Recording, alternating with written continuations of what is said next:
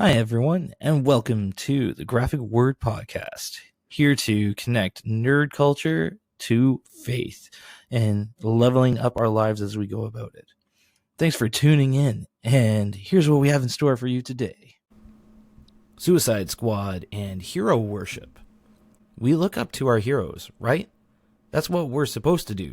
I mean, that's what they're there for, isn't it? They are the ones that are supposed to be the gleaming example of how we can conquer over the dark times in our life. Heroes are supposed to be the ones that challenge us in our core to level up past what we are facing. Well, start off on a positive note, why don't you? Am I right? But I think there is something to be asked here on what happens to us when our heroes fail.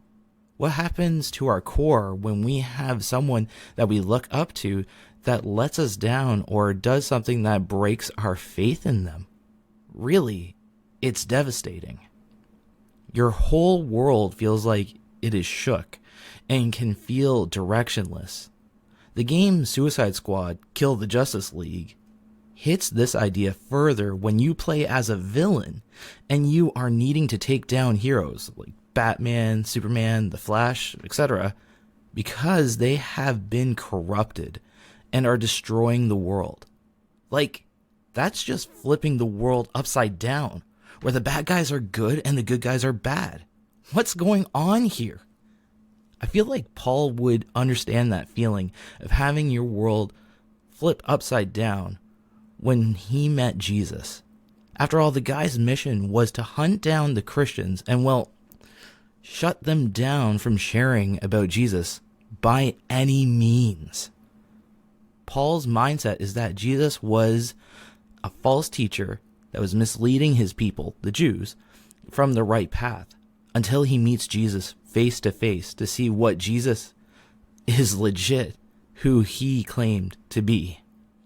At that point, Paul does a 180 and becomes the biggest advocate for Jesus to the point of going out to reach the Gentiles. That's like Romans, Greeks, etc., so that he can flip their world for Jesus. Yet herein lies a problem that Paul later on addresses. When you lead people into knowing Jesus, there can be a hero worship that happens because they are taking what you are teaching them and putting it into their lives. You become the example that people try to emulate, and then they affiliate themselves to you. This is why there is a warning to teachers that they will be judged more harshly when they meet Jesus at the end of time. And that's found in James chapter 3, verse 1. 1 Corinthians chapter 3 starts off with Paul being compared to Apollos. This is another Christian missionary, and his disciples, in comparing who is better or more right in sharing Jesus. But Paul says in verse 5 that it doesn't matter. They are both servants of God sharing the good news, and that what really matters is that Jesus is the foundation of it all. And that's in verse 11. Paul was not looking for hero worship. He was focused on helping people focus on Jesus and following him. We are no different than the Corinthians. We can get into this hero mentality of raising leaders higher than Jesus sometimes.